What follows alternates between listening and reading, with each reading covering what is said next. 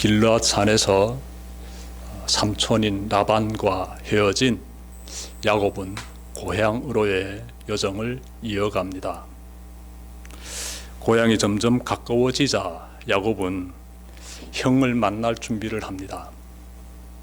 그는 세일 땅 에돔에서 사는 형에게 심부름꾼들을 보내면서 이렇게 당부합니다. 제가 말씀 좀 찾아 읽겠습니다. 32장 4절부터 5절 말씀입니다. 너희는 나의 형님 에서에게 가서 이렇게 전하여라. 주인의 종 야곱이 이렇게 아뢰입니다. 저는 그동안 라반에게 몸붙여 살며 최근까지도 거기에 머물러 있었습니다. 저에게는 소와 나귀, 양떼와 염소떼, 남종과 여종이 있습니다. 형님께 이렇게 소식을 전하여 드립니다. 형님께서 저를 너그럽게 보아 주십시오. 야곱이 심부름꾼들에게 이렇게 당부의 그 메시지를 주고 있는데, 내용 보니까 형이여 나를 좀 이렇게 받아달라는 것이지요. 자비를 베풀어 달라는 것이지요. 그래서 저를 너그럽게 보아 주십시오 라고 이렇게 부탁하고 있는 것입니다. 야곱의 심부름꾼들이 에서에게 찾아가서 그대로 전합니다. 에서는요, 동생이 오고 있다는 그 소식을 듣자마자 400명의 장정을 거느리고 출발합니다. 어디로? 야곱이 있는 곳으로. 야곱이 보낸 심부름꾼들은 에서보다 먼저 야곱에게 돌아옵니다. 야곱은 형이 지금 400명이나 되는 장정을 이끌고 지금 오고 있다는 이 소식을 듣고 큰 두려움 가운데 빠집니다. 많이 두려워하고 있습니다. 여러분, 형이 동생이 보고 싶어서 그래서 이렇게 마중 온다면 굳이 400명이나 되는 이 장정을 이끌고 출발할 이유가 없습니다. 그러니 형의 분노가 20년 세월이 흘렀건만 여전히 시퍼렇게 살아있는 것입니다. 형은 야곱을 응징하기 위해 출동한 것입니다. 야곱은 20년간 타향살이 하면서 이 상황만큼은 피하고 싶었는데 올 것이 왔습니다.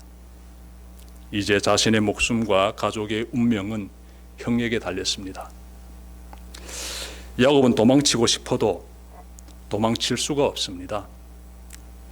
가족과 가축을 가지고 도망쳐봤자 건장한 남성 400명의 추격에서 벗어날 수가 없습니다.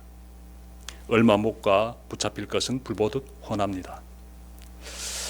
야곱은 죽든 살든 형을 향해 나아가기로 마음먹습니다. 그는 우선 가지고 있는 가축을 두 떼로 나눕니다. 형이 공격하면 한 떼는 도망치게 함으로써 어떻게 하나 피해를 줄이려고 합니다. 그 뒤 야곱은 자신이 중요한 일을 놓치고 있음을 깨달은 것 같습니다. 그는 큰 두려움 속에서 하나님을 찾습니다. 하나님께 기도를 드립니다. 그가 하나님께 드리는 기도는 세 부분으로 구성되어 있습니다. 우선 하나님의 약속을 붙잡고 있으며, 다음으로 하나님의 은혜를 기억하고 있으며, 끝으로 하나님의 도움을 구하고 있습니다. 오늘은 이 부분들에 대해 전해드리겠습니다. 첫째로 야곱은 하나님의 약속을 붙잡고 있습니다. 제가 9절과 12절 말씀 받드리겠습니다. 야곱이 또 이르되 내 조부 아브라함의 하나님, 내 아버지 이삭의 하나님 여호와여, 주께서 전에 내게 명하시기를 내 고향 내 족속에게로 돌아가라. 내가 내게 은혜를 베풀리라 하셨나이다. 12절 주께서 말씀하시기를 내가 반드시 내게 은혜를 베풀어 내 씨로 바다에 셀 수 없는 모래와 같이 많게 하리라 하셨나이다. 야곱이 하나님께 올려드리고 있는 이 기도의 내용 보니까 어떻습니까? 그는 전에 하나님께서 주신 그 귀한 약속의 말씀을 붙잡고 기도드리고 있습니다. 야곱이 하나님 머물고 있을 때 그때 하나님께서 그에게 지시하셨지요. 고향으로 돌아가라. 고향으로 돌아가라. 라고 하나님께서 지시하셨지요. 그리고 내가 너와 동행할 것이며 너에게 많은 복을 주겠다고 하나님께서 약속하셨습니다. 야곱은 하나님의 그 약속을 믿고 하나님의 지시에 순종하여 온 가족과 함께 출발하였습니다. 누가 봐도 야곱은 하나님을 굳게 의지하는 참으로 귀한 믿음의 사람입니다. 믿고 출발한 거예요. 무엇을? 하나님의 약속을 믿고 담대히 출발했지요. 여기서 주시해야 할 것은 야곱이 하나님의 약속을 붙잡고 이동하는 중에 이와 같은 기도를 드리고 있다는 점입니다. 하나님의 약속을 붙잡고 있는 그러한 삶의 여정 가운데서 이러한 기도를 드리고 있습니다. 그는 이렇게 세상에 빠져가지고 죄를 짓다가 뒤늦게나마 하나님께 나와 회개하는 가운데서 이런 기도를 드리고 있지 않습니다. 하나님의 그 약속을 붙잡고 그 약속대로 움직이는 그 여정 가운데서 이러한 기도를 딱 드리고 있으면 너무나 훌륭한 모습이에요. 여러분 어떻습니까? 이 야곱처럼 이렇게 하나님의 약속의 말씀을 붙잡고 순종하는 가운데서 하나님께 기도를 드리는 그러한 삶을 살고 있습니까? 여러분, 세상 사람들처럼 부끄러운 죄를 짓다가 뒤늦게나마 하나님께 나와 회개하는 그러한 참 안타까운 신앙의 삶을 살고 있지는 않습니까? 부디 여러분의 그 기도의 앞부분이 저 야곱처럼 난 하나님의 약속을 붙잡고 지금 걸어가는 가운데 있습니다. 이렇게 고백할 수 있기를 바랍니다. 하나님, 저는 약속의 말씀을 붙잡고 걸어가고 있는 가운데 이러이러한 문제에 봉착했습니다. 이렇게 기도드릴 수 있는 여러분의 멋있는 믿음의 삶이 있기를 바랍니다. 같은 죄를 짓고 또 짓고 그 죄를 가지고 회개하기보다는 하나님, 저는 오늘도 약속의 말씀을 붙잡고 걸어가고 있습니다. 이렇게 하나님을 찾는 여러분들의 인생이 되시기를 바랍니다. 이러한 삶을 살려면요, 여러분에게 하나님의 약속의 그 말씀이 꼭 있어야 합니다. 약속의 말씀을 붙잡고 있어야만이 이와 같은 기도를 드릴 수 있습니다. 여러분이 붙잡고 있는 하나님의 약속의 말씀은 무엇입니까? 올해 하나님께서 저에게 주신 약속의 말씀이 있는데요, 마태복음 11장 28절부터 30절까지 말씀입니다. 수고하고 무거운 짐진 자들아 다 내게로 오라. 내가 너희를 쉬게 하리라. 나는 마음이 온유하고 겸손하니 나의 멍에를 메고 내게 배우라. 그리하면 너의 마음이 쉼을 얻으리니 이는 내 멍에는 쉽고 내 짐은 가벼움이라. 전 이 말씀이 너무나 크게 저에게 안겨와 가지고요, 참 감격스러워 했댔습니다. 이 말씀을 묵상하게 되면 나의 내면에 있는 문제들이 드러나게 돼요. 내가 얼마나 지금까지 힘들게 살았는지를 들여다보게 됩니다. 나는 왜 하나님께 나의 무거운 모든 짐을 맡겨드리면서 살아왔는지 살펴보게 됩니다. 제가 이번에 발견한 것은 제가 지금까지 많은 근심과 걱정을 하면서 살아왔더라고요. 그러한 모습이 어디서부터 시작이 되었는지 파고 들어가 보니까 북한에서 90년대 그 기아 사태가 터졌을 때, 그때부터 제 마음에서 이렇게 근심과 걱정이 확 이렇게 크게 작동하고 있었음을 제가 깨닫게 되었습니다. 그전에는 그렇게 막 근심하고 걱정하면서 살지 않았어요. 그런데 사람들이 막 굶어 죽고 저희 아버지도 막 병으로 돌아가시고 이 집안이 막 풍지박살나는 그 어마어마한 고통 앞에서 근심 걱정하는 그런 무거운 짐이 내 마음에 싹 들어와서 자리 잡은 것을 제가 지금까지 모르고 살았던 것이에요. 그러다 보니까 목회를 하면서도 늘 근심 걱정하면서 목회를 해왔지요. 겉으로는 하나님께 모든 것을 맡겨드립니다 라고 하면서 속으로는 근심하고 걱정하면서 이 무거운 마음을 안고 살아왔죠. 근데 새해 하나님께서 저에게 이 마음을 가볍게 해라고, 하나님께 다 맡겨드리라고 이 마태복음 11장 28절부터 30절 말씀을 주시는데 너무 감사했습니다.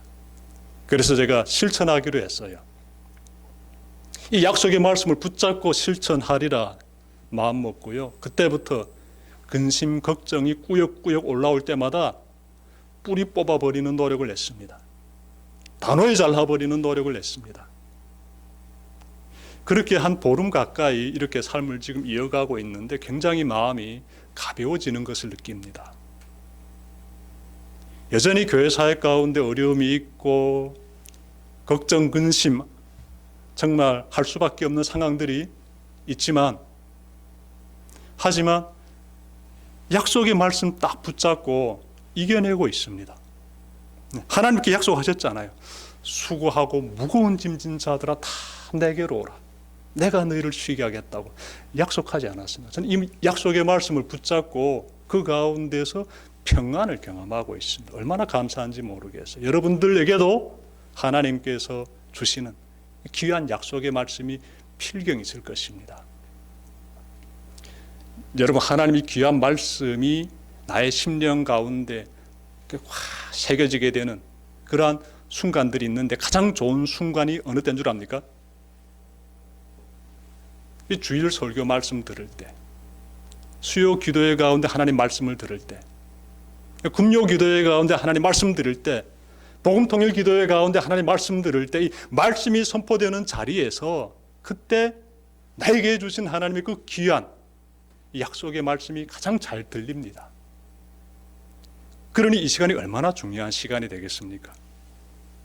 여러분, 하나님께서 야곱에게 내가 너와 함께 하겠다, 내가 너에게 은혜를 베풀어 주겠다, 이렇게 약속의 말씀을 주셨어요.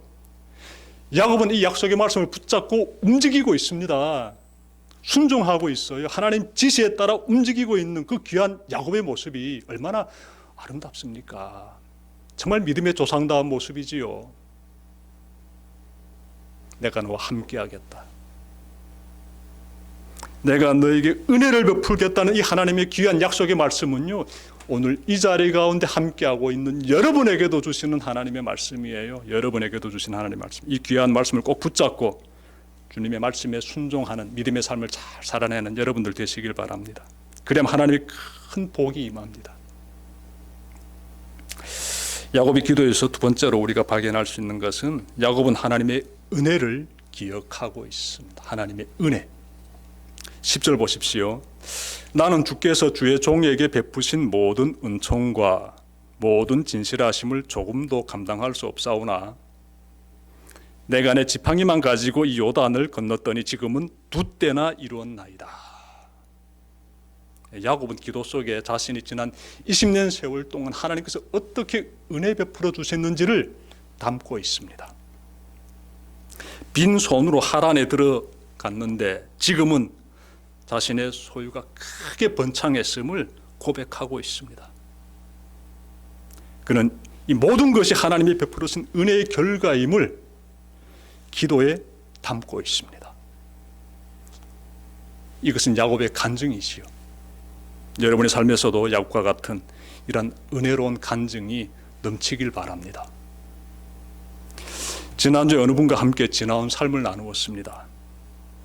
이분은요, 빈손으로 북한을 탈출하여 한국에 입국했는데 한국에 들어와가지고 정말 열심히 지금 살고 있습니다. 그 가운데서 가정도 꾸리고 또 자기 집도 마련하고 자기 사업도 시작했습니다.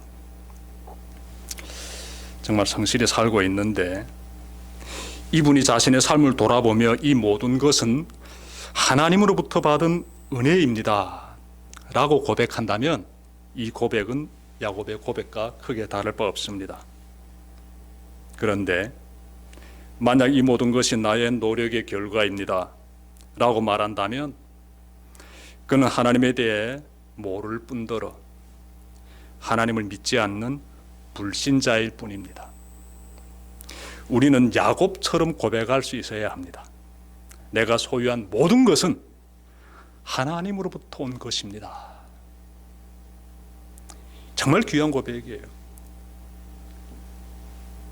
주께서 주셨기 때문에 제가 지금 이와 같은 것을 누릴 수 있습니다. 얼마나 귀한 고백이에요. 은혜로운 고백이지요. 모든 영광 전적으로 하나님께 올려드리는 귀한 고백이지요. 이런 고백할 수 있는 여러분들 되시길 바랍니다. 하나님께서 우리의 이러한 고백의 기도를 들으실 때 심정이 어떠하실까요? 아마 하나님께서 크게 감동 받으실 것 같습니다. 감동. 사람들은요, 그 어떤 성과를 이룩하면 꼭 자기의 공로를 주장합니다. 그렇죠? 네. 자기 이름이 드러나길 원하지요. 그래서 나온 말이 잘 되면 내 탓, 못 되면 내 탓이라고 말하고 있지 않습니까? 그래서 나온 말이죠. 잘 되면 내 탓, 못 되면 내 탓. 이 성과물에 대해서 자기 이름을 드러내길 원하는 인간의 그러한 모습들이 이런 정말 잘 되면 내 탓, 못 되면 내 탓이라는 이런 속담 같은 명언 속에 담겨져 있지요. 이것은 세상을 살아간 사람들이 흔히 가지고 있는 얄팍한 마음의 상태입니다. 이런 마음을 가지면 모든 것이 하나님 덕분입니다 라고 고백할 수가 없어요. 하나님 믿는 사람은 이런 마음으로 살지 않습니다. 하나님 믿는 사람은요, 내가 이룩한 모든 것이 나의 노력으로 이루어진 것이 아니라 정말 전적으로 하나님의 도우심의 결과입니다 라고 고백합니다. 거기에 자신의 공로를 조금도 섞지 않습니다. 전적인 하나님의 은혜임을 고백합니다. 하나님 믿는 여러분의 삶에서 이와 같은 은혜로운 고백이 넘쳐나길 바랍니다. 야곱의 기도에서 세 번째로 우리가 발견할 수 있는 것은 하나님의 도움을 구하고 있습니다. 11절 말씀 보십시오. 내가 주께 간구하오니 내 형의 손에서 에서의 손에서 나를 건져내시옵소서. 내가 그를 두려워함은 그가 와서 나와 내 처자들을 칠까 겁이 나기 때문이니이다. 여러분 11절에서 치다라는 히브리어 단어가 낙하인데 이 단어 속에는 치다라는 뜻도 있고 죽이다라는 뜻도 있습니다. 그러므로 야곱은 온 가족이 멸절될 수 있다는 위기감을 깊이 느끼고 있습니다. 그는 자신이 처한 상황과 두려운 심정을 하나님께 아뢰면서 나와 내 처자들을 에서의 손에서, 즉 형의 손에서 건져주십시오 라고 간구하고 있습니다. 이어지는 내용을 간단히 말씀드리면 하나님께서 야곱의 간구에 응답해 주셔서 그들을 구원해 주십니다. 이 부분에 대해서는 다음 주 수요일에 전해드리겠습니다. 자, 여러분, 하나님을 믿고 따르는 여정에 시련이 닥칠 때마다 야곱처럼 하나님께 매달립시다. 그럼 하나님의 도우심을 경험하게 돼요. 하나님은 야곱처럼 하나님의 약속을 붙잡고 살아가는 사람, 하나님의 은혜를 기억하며 살아가는 사람, 그러한 사람의 간구에 귀 기울여 주시고 응답해 주십니다. 예수님께서 이렇게 말씀하셨어요.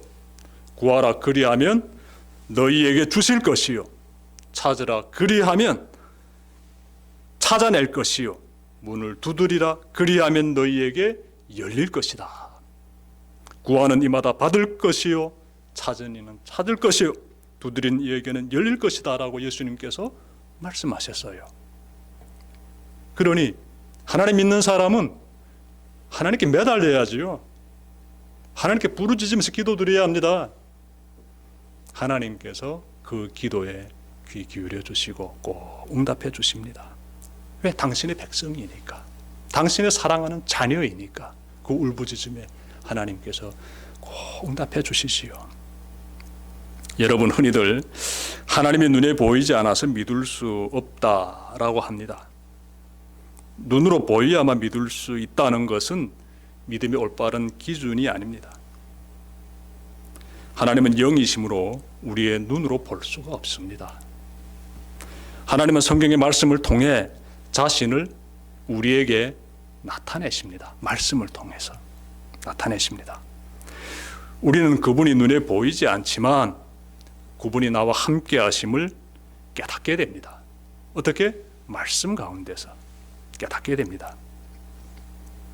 특히 야곱처럼 위기 가운데서 하나님께 기도를 드리고 하나님은 그 기도에 응답해 주셨을 때 하나님은 살아계시며 그분이 나와 함께 계심을 깨닫게 됩니다.